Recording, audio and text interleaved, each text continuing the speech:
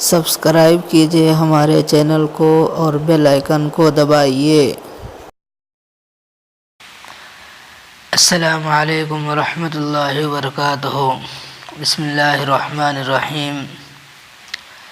اللہ کے منکر ہیں مگر موت کا منکر کوئی نہیں۔ اس دنیا میں اسلام کے منکر تو مل جائیں گے، اللہ کے منکر تو مل جائیں گے، لیکن اس دنیا میں موت کا منکر کوئی نہیں مل سکتا۔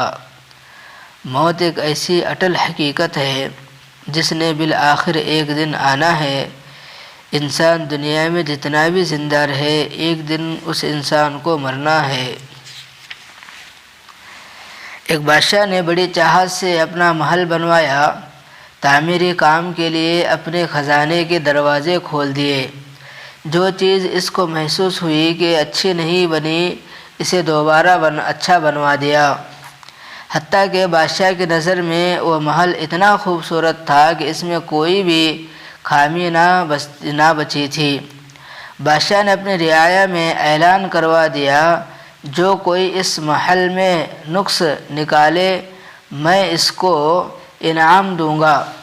لوگ آتے تھے، محل کو دیکھتے، انہیں اس میں کوئی عیب نظر نہ آتا۔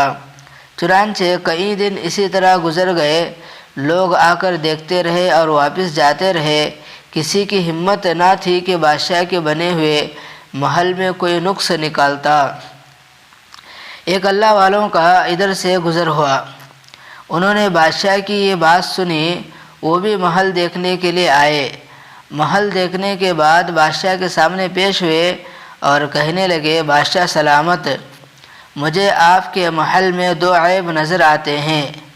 بادشاہ سن کر بڑا حیران ہوا کہ ساری دنیا کو میرے محل میں عیب نظر نہ آیا، اس بوڑھے کو میرے محل میں کون سا عیب نظر آ گئے۔ چنانچہ اس نے پوچھا، بتاؤ کون کون سے عیب ہیں؟ تو وہ اللہ والے کہنے لگے، بادشاہ سلامت، اس میں دو عیب ہیں۔ ایک یہ کہ یہ محل ہمیشہ نہیں رہے گا، ایک نہ ایک دن ختم ہو جائے گا، اور دوسرا یہ کہ تو بھی اس میں ہمیشہ نہیں رہے گا، ایک نہ ایک دن تجھے بھی اس محل کو چھوڑ کر ضرور جانا ہوگا۔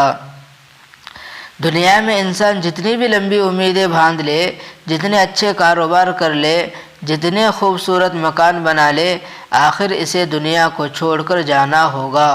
اس لیے حدیث پاک میں فرمایا گیا، کن فی الدنیا کأنک غریب، تو دنیا میں اس طرح رہ جیسے کوئی پردیشی ہوتا ہے یا راستہ چلنے والا مسافر۔ بس اللہ سے دعا ہے کہ اللہ مجھے اور آپ کو ان تمام باتوں پر عمل کی توفیق عطا فرمائے۔